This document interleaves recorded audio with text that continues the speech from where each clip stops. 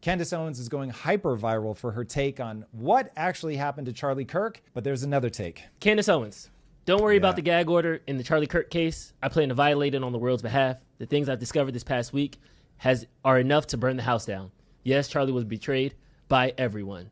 Dun, dun, dun. And then she disappears for 2 weeks. I love Candace. You're not worried that she's going full conspiracy. What is full conspiracy? Let's define it. They don't have an internal map for how to judge whether something is plausible or merely intriguing. I think that Candace is seeing patterns where they don't exist. There's a big difference for me between somebody like Joe Rogan, who enjoys conspiracies but feels very tethered to reality, and somebody like Alex Jones, who, even though he really does find a lot of this early stuff, if you watch his channel, literally every day is World War III, and everything is a conspiracy. Candace has sort of marched her way out of the journalist box that I had her in my mind, over into the I see patterns where patterns don't exist conspiracy theory box.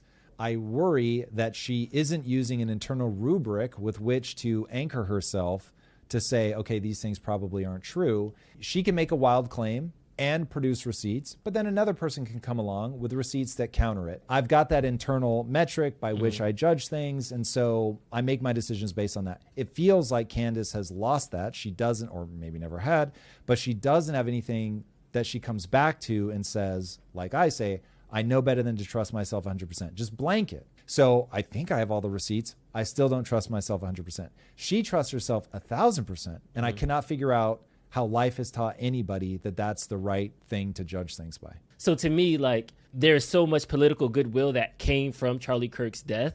There's so much political benefits that happen from it. Even if it's 1% of me, I do have a certain level of suspicion to how clean it was. Admittedly, when I craft a deep dive, I'm writing from a very specific angle, and I'm saying these are the things that I believe to be true. But I know those are constellations. When you look up at the sky, you really do see stars. The constellations are made up, but the constellations help you navigate. Oh, these are made up, but they're useful. Then if you start over-indexing on these are so useful that I'm going to forget that they're made up, you run into trouble. And that's how you end up crashing. This is useful, but its utility is going to be limited by the fact that it is made up.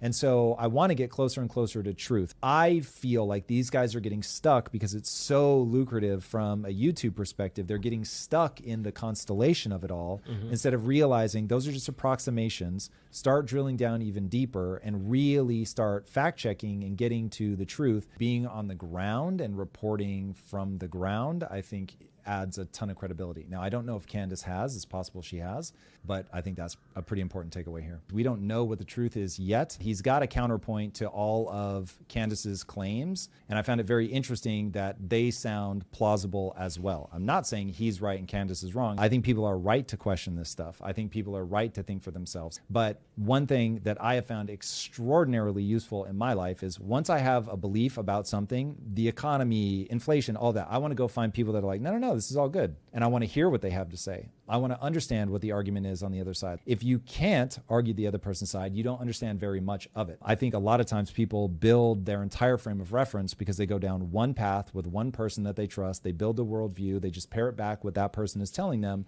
but they're not actually building up from cause and effect. So you don't want to put yourself in the echo chamber where you're just hearing the thing you want to hear all day. You want to find the people that say the exact opposite thing that you believe. But if you force yourself to go outside of that, you can really begin to make your worldview useful.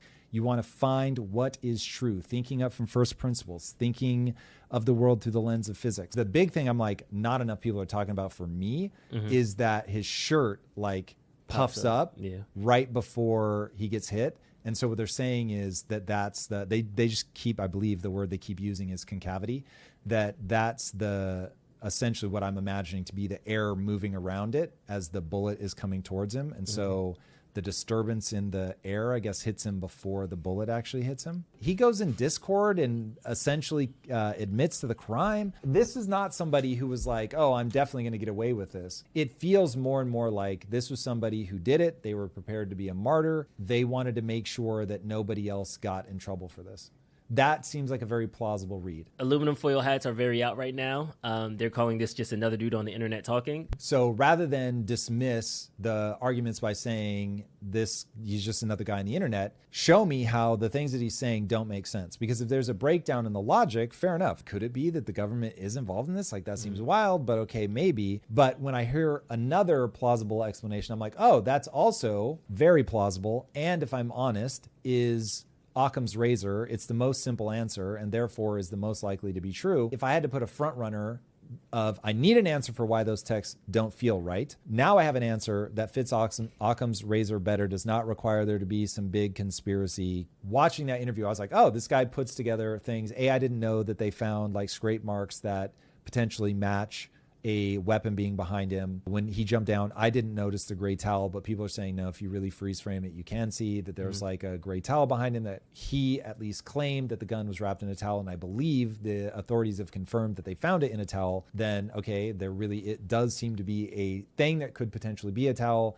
And they see scrape marks that this guy at least is saying he saw with his own eyes, that, okay, it's even got a ruler next to it or a tape measure. So you can see how long the scrape is. So it's potential, certainly not definitive at this point, but it gives you the ability to think through the arguments, again, just from first principles. Like, could this be plausible? If it can be plausible, then how exactly are we ruling it out? So I'm not saying that this isn't a conspiracy. I'm just saying there are other plausible arguments that are being put forward, and it's a little premature to leap to, oh, 100% because Charlie Kirk said that he's going to stop being pro-Israel, that he was killed by the Jews.